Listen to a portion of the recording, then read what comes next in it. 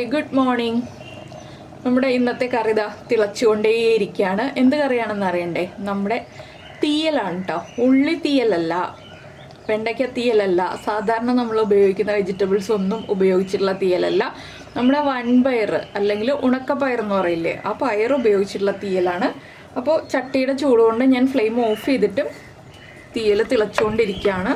ഇത് കണ്ടോ, പയറും ഉള്ളിയും ഒക്കെ ചേർന്ന് നല്ല അടിപൊളിയായിട്ട് തീയൽ റെഡി ആയിട്ടുണ്ട്. അപ്പോൾ എങ്ങനെയാണ് നമുക്ക് ഈ ഒരു വൻപയർ തീയൽ റെഡിയാക്കുന്നതെന്ന് നോക്കാം. നമുക്ക് നമ്മുടെ ഇൻഗ്രീഡിയൻസ് നോക്കാം. നമ്മളിപ്പോൾ ഒരു 10-20 ഉള്ളി തന്നെ എടുക്കുക. ഉള്ളി നന്നായിട്ട് തൊലി മാറ്റി കഴുകി വൃത്തിയാക്കി എടുത്തിട്ടുണ്ട്. ഒരു 1/4 കപ്പ് തേങ്ങ ചിരവി ചെയ്തെടുത്തിട്ടുണ്ട്. 1/4 കപ്പ് വൻപയർ 2 മണിക്കൂർ വെള്ളത്തിൽ സോക്ക് ചെയ്തെടുത്തിട്ടുണ്ട്. വെള്ളത്തിൽ സോക്ക് ചെയ്തില്ലെങ്കിൽ വൻപയർ കൂടുതൽ സമയം വേവിക്കേണ്ടി വരും. വെള്ളത്തിൽ സോക്ക് ചെയ്യുകയാണെങ്കിൽ വേഗം കുക്കിംഗ് കഴിയും. അതുകൊണ്ടാണ് നമ്മളിങ്ങനെ എടുത്തിട്ടുള്ളത്. ആദ്യം നമുക്ക് ഈ വൻപയർ നമ്മുടെ കുക്കറിലേക്ക് മാറ്റിയിട്ട് ഉപ്പ് ചേർത്ത് ഒരു 3-4 വിസിൽ വരുന്നത് വരെ, നിങ്ങളുടെ കയ്യിലുള്ള പയർ നന്നായിട്ട് വേവുന്നത് എത്ര വിസിൽ വരുന്ന വരെയാണോ അത്രയും വിസിൽ വരുന്നത് വരെ വേവിച്ചെടുക്കുക. ഉടഞ്ഞു പോകണ്ട, ഉടഞ്ഞു പോകുന്നതിന് തൊട്ട് മുന്നേ ഉള്ള ഭാഗത്തിൽ വേവിച്ചെടുക്കുക. അതിനുശേഷം നമുക്ക് നമ്മുടെ വറവിൻ്റെ കാര്യങ്ങളൊക്കെ നോക്കാം. വറവ് മീൻസ് നമുക്ക് വറുത്ത് അരയ്ക്കാനുള്ള കാര്യങ്ങളൊക്കെ നോക്കാം. അപ്പോൾ ഞാൻ ആദ്യം ഈ ഒരു വൻപയർ കുക്കറിലേക്ക് മാറ്റട്ടെ. നമുക്ക് പയർ കുക്കറിൽ വേവുന്നുണ്ട്. അതുപോലെ തന്നെ നമ്മുടെ അരപ്പിനുള്ള കാര്യങ്ങൾ നോക്കാം.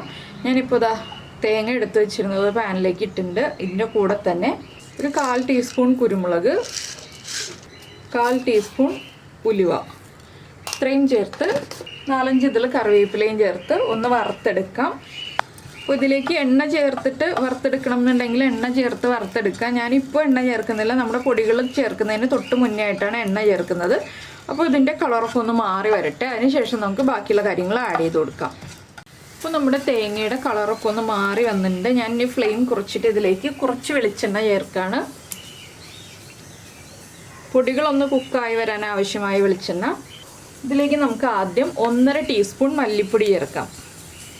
ടീസ്പൂണാണ്, ടേബിൾ സ്പൂൺ അല്ല. 1/2 ടീസ്പൂൺ മഞ്ഞൾപ്പൊടി, 1 ടീസ്പൂൺ എരിവുള്ള മുളക് പൊടി. കാശ്മീരി ചില്ലി പൗഡർ ആണെങ്കിൽ 1.25 ടീസ്പൂൺ ചേർക്കുക. ഇനി നമ്മുടെ പൊടികളൊന്ന് കുക്കായി വരുന്നത് വരെ നമ്മളൊന്ന് ഇളക്കി കൊടുക്കുക. ലോ ഫ്ലെയിമിൽ വെച്ചിട്ട് ഇളക്കി കൊടുക്കണം. ഒരു 1 മിനിറ്റ് ഇളക്കി കൊടുത്തിട്ടുണ്ടെങ്കിൽ നമ്മുടെ പൊടികളൊക്കെ കുക്കായി വന്നോളും. നമ്മുടെ കുക്കർ വിസിൽ വന്നുകൊണ്ടിരിക്കുന്നുണ്ട്. ഒരു വിസിലും കൂടി വരുമ്പോൾ ഓഫ് ചെയ്യാം. ഇനി നമ്മൾ ചെയ്യേണ്ടത് എന്താണെന്ന് വെച്ചിട്ടുണ്ടെങ്കിൽ ഈ തേങ്ങ വറുത്തത് മാറ്റി വയ്ക്കുക, ചൂടൊന്ന് കുറഞ്ഞു വരാൻ വേണ്ടിയിട്ട്. അതിനുശേഷം നമ്മൾ എടുത്തു വെച്ചിരുന്ന ഉള്ളി ഉണ്ടല്ലോ, ഉള്ളി 2-3 ആയിട്ട് നീളത്തിലൊന്ന് കട്ട് ചെയ്തെടുക്കുക. നീളത്തിൽ തന്നെ കട്ട് ചെയ്യുക. ഇനി ഉള്ളി വഴറ്റിയിട്ടാണ് നമ്മുടെ ബാക്കിയുള്ള കാര്യങ്ങളൊക്കെ. അപ്പോൾ നമ്മുടെ തേങ്ങയുടെ ചൂടും മാറിക്കിട്ടും, അതുപോലെ തന്നെ കുക്കറിൻ്റെ പ്രഷറും പോയി കിട്ടും. അതൊക്കെ കഴിഞ്ഞിട്ട് വേണം നമുക്ക് ബാക്കിയുള്ള കാര്യങ്ങൾ ചെയ്യാൻ. അപ്പോൾ ഇനി ഞാൻ ഈ പാൻ മാറ്റിയിട്ട് വേറൊരു ചട്ടി വയ്ക്കാൻ പോവാണ്. ചട്ടി അല്ലെങ്കിൽ കലം ഏതായാലും കുഴപ്പമില്ല. മൺചട്ടിയിലോ നോൺ സ്റ്റിക്ക് പാനിലോ നിങ്ങൾക്ക് ഇഷ്ടമുള്ള പാത്രത്തിൽ ചെയ്യാം. മൺചട്ടിയിൽ ചെയ്യുകയാണെങ്കിൽ കുഴപ്പമില്ല. അലുമിനിയം പാത്രങ്ങളിൽ ചെയ്യരുത്. എന്താണെന്ന് വെച്ചാൽ നമ്മൾ പുളിയൊക്കെയാണ് ചേർക്കുന്നത്. അപ്പോൾ നോൺ സ്റ്റിക്ക് പാനോ മൺചട്ടിയോ ഏതെങ്കിലും എടുക്കാം കേട്ടോ. അപ്പോൾ ഞാനിത് ഓഫ് ചെയ്യാണ്. ഇനി നമുക്ക് ചട്ടി വെച്ചിട്ട് ബാക്കിയുള്ള കാര്യങ്ങൾ ചെയ്യാം. അപ്പോൾ നമ്മളൊരു കലം ചൂടാക്കാൻ വെച്ചിട്ട് കലത്തിലേക്ക് വെളിച്ചെണ്ണ ഒഴിച്ചിട്ടുണ്ട്. വെളിച്ചെണ്ണ ഒന്ന് ചൂടായി തുടങ്ങുമ്പോൾ നമുക്കിതിലേക്ക് ആദ്യം വറവിടണം എന്നുണ്ടെങ്കിൽ വറവിടാം, ഇല്ലെങ്കിൽ ഉള്ളി വഴറ്റിയിട്ട് കറിയൊക്കെ റെഡിയായി കഴിഞ്ഞ് ലാസ്റ്റ് വറവിടണം എന്നുണ്ടെങ്കിൽ അങ്ങനെ ചെയ്യാം. ഞാനിപ്പോൾ ആദ്യം വറവിടാണ്. അപ്പോൾ ഒറ്റ പാത്രത്തിൽ തന്നെ എല്ലാ കാര്യങ്ങളും നീക്കുക എന്നുള്ളതാണ് ഞാൻ ഉദ്ദേശിക്കുന്നത്. അപ്പോൾ ഈ ചൂടായ വെളിച്ചെണ്ണയിലേക്ക് ആദ്യം നമുക്ക് 1 ടീസ്പൂൺ കടുക് ചേർത്ത് കൊടുക്കാം. കടുക് ഒന്ന് പൊട്ടി വരട്ടെ.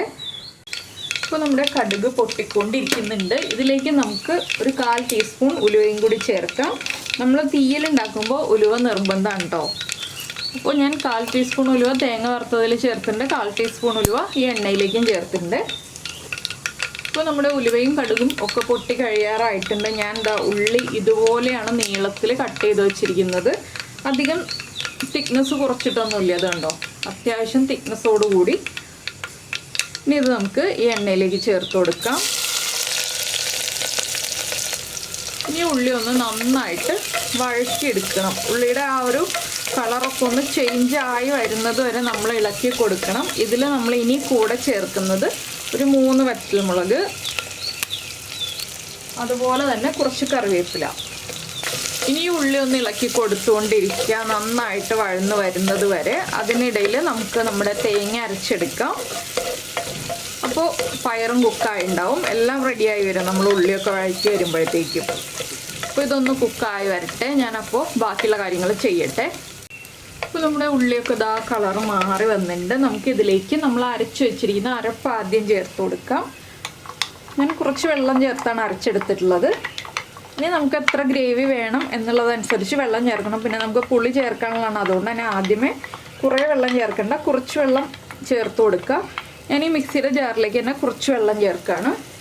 ഒരു അരക്കപ്പ് വെള്ളം ചേർത്തിട്ടുണ്ട്.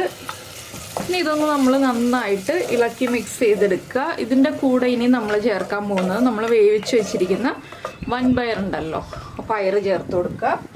പയർ വല്ലാതെ ഉടഞ്ഞു പോയിട്ടില്ല, കണ്ടോ, കുക്കായിട്ടുണ്ട്, ഒരുപാട് ഉടഞ്ഞു പോയിട്ടില്ല. ഈ ഒരു പാകത്തിലാണ് ഞാൻ ചേർക്കുന്നത്.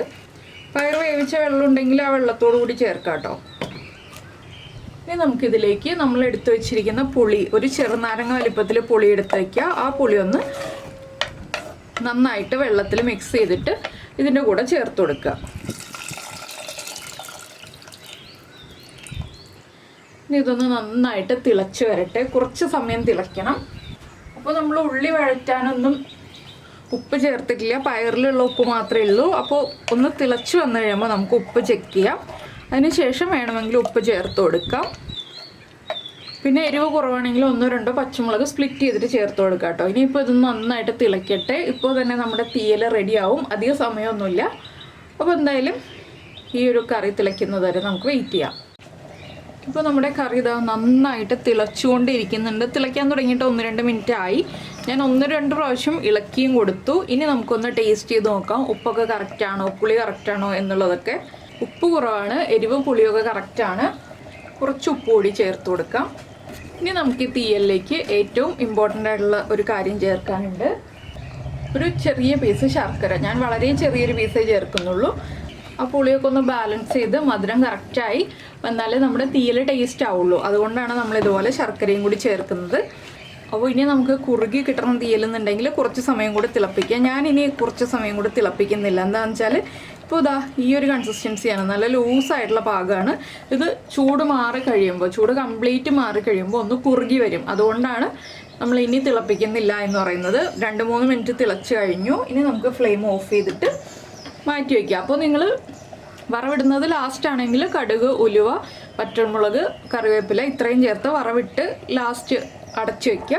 ഇപ്പോൾ നമ്മൾ ചെയ്തതുപോലെ ആണെങ്കിൽ ഇനി വറവിടേണ്ട കാര്യമൊന്നുമില്ല. നമ്മുടെ റെസിപ്പി റെഡി ആയി കഴിഞ്ഞു. അപ്പോൾ എന്തായാലും എല്ലാവരും ഇതൊന്ന് ട്രൈ ചെയ്ത് നോക്കുക. ട്രൈ ചെയ്ത് നോക്കിയിട്ട് ഇഷ്ടമായി കഴിഞ്ഞിട്ടുണ്ടെങ്കിൽ ഉറപ്പായിട്ടൊന്ന് കമൻറ്റ് ചെയ്യണം കേട്ടോ. നിങ്ങൾക്ക് ഈസി ആയിട്ട് തോന്നിയ ഈ റെസിപ്പി ഇഷ്ടമായോ എന്നുള്ളതൊക്കെ. എന്താണെന്ന് വെച്ചാൽ വേറെ വെജിറ്റബിൾസ് ഒന്നുമില്ല, നമ്മുടെ കയ്യിൽ പയറ് മാത്രമേ ഉള്ളൂ എന്നുണ്ടെങ്കിൽ പയറ് ഉപയോഗിച്ച് നമുക്ക് നല്ലൊരു ഒഴിച്ചേറി ഉണ്ടാക്കാം. അപ്പോൾ എന്തായാലും എല്ലാവരും ട്രൈ ചെയ്ത് നോക്കിയിട്ട് ഫീഡ്ബാക്കൊക്കെ അറിയിക്കുക. അതുപോലെ തന്നെ നമ്മുടെ ചാനൽ ആദ്യമായിട്ട് കാണുകയാണെങ്കിൽ നമ്മുടെ വീഡിയോ പ്രസൻറ്റ് ചെയ്യുന്ന രീതിയൊക്കെ ഇഷ്ടമായെന്നുണ്ടെങ്കിൽ നമ്മുടെ ചാനൽ ഒന്ന് സബ്സ്ക്രൈബ് ചെയ്ത് സപ്പോർട്ട് ചെയ്യണേ. സബ്സ്ക്രൈബ് ചെയ്യുന്നതിന് ഈ വീഡിയോയുടെ താഴെയുള്ള റെഡ് സബ്സ്ക്രൈബ് ബട്ടൺ ഒന്ന് ക്ലിക്ക് ചെയ്യുക. അതിൻ്റെ റൈറ്റ് സൈഡിലുള്ള ബെല്ലൈക്കണും ക്ലിക്ക് ചെയ്യുക. അപ്പോൾ ഓൾ എന്ന് പറഞ്ഞിട്ടൊരു ഓപ്ഷൻ കാണാം. ആ ഓളും കൂടി പ്രസ് ചെയ്തിട്ടുണ്ടെങ്കിൽ ഞാൻ എപ്പോഴും വീഡിയോ അപ്ലോഡ് ചെയ്യുമ്പോൾ നിങ്ങൾക്ക് നോട്ടിഫിക്കേഷൻ വരും. അപ്പോൾ എന്തായാലും നമുക്ക് നമ്മുടെ അടുത്തൊരു റെസിപ്പിയുമായിട്ട് അടുത്ത ദിവസം വീണ്ടും കാണാം.